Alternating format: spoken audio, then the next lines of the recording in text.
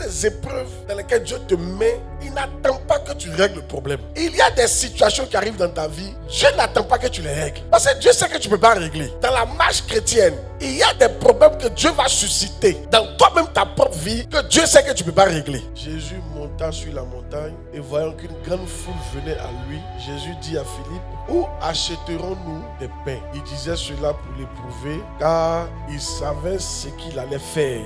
Dès que Jésus a dit ça, il venait de mettre Philippe et les disciples dans un vrai problème compliqué au-delà de leur force. Comment nourrir 15 000 personnes? C'est-à-dire Jésus savait ce qu'il faisait, puisqu'à la fin on a vu qu'il a réglé le problème. Donc quand Dieu pose la question à Philippe, c'est pas pour que Philippe règle le problème. Il y a des problèmes qui viennent dans ta vie, c'est pas pour que tu les règles. C'est vrai, c'est rattaché à ta vie, mais c'est pas venu pour que tu règles. Dieu sait que tu peux pas régler, mais aussi il sait pourquoi il a fait ça. Et il sait ce qu'il va faire. 1 Corinthiens 10, verset 13. Aucune tentation ne vous est survenue qui n'a été humaine, mais avec la tentation, il prépare aussi le moyen d'en sortir.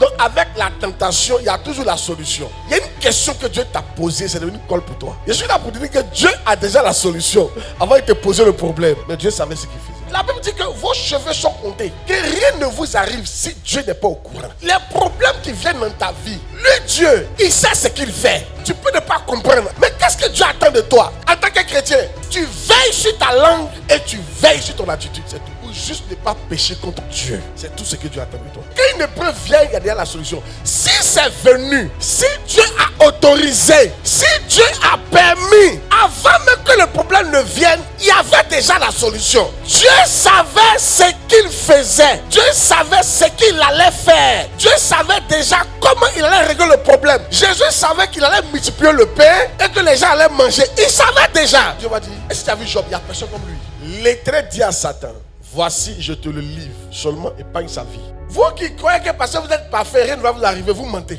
Vous qui pensez que c'est parce que vous avez péché que ça vous arrive, vous mentez aussi. Job n'avait rien fait. Philippe n'avait rien fait. Mais quand Dieu envoie un problème, il ne faut pas t'inquiéter de la solution. Il sait ce qu'il va faire. Le problème t'appartient, mais la solution ne t'appartient pas. Le problème était contre Job, mais la solution n'est pas venue de Job. La question a été posée à Philippe, mais ce n'est pas Philippe qui allait répondre à la question. Une question t'a été posée, ce n'est pas toi qui vas y répondre, c'est ton Dieu qui va y répondre. Il y a toujours une réponse à un problème. Aucune tentation ne vous est survenue que Dieu n'a pas trouvé la solution. Il y a la solution. Ce n'est pas à vous de régler ça.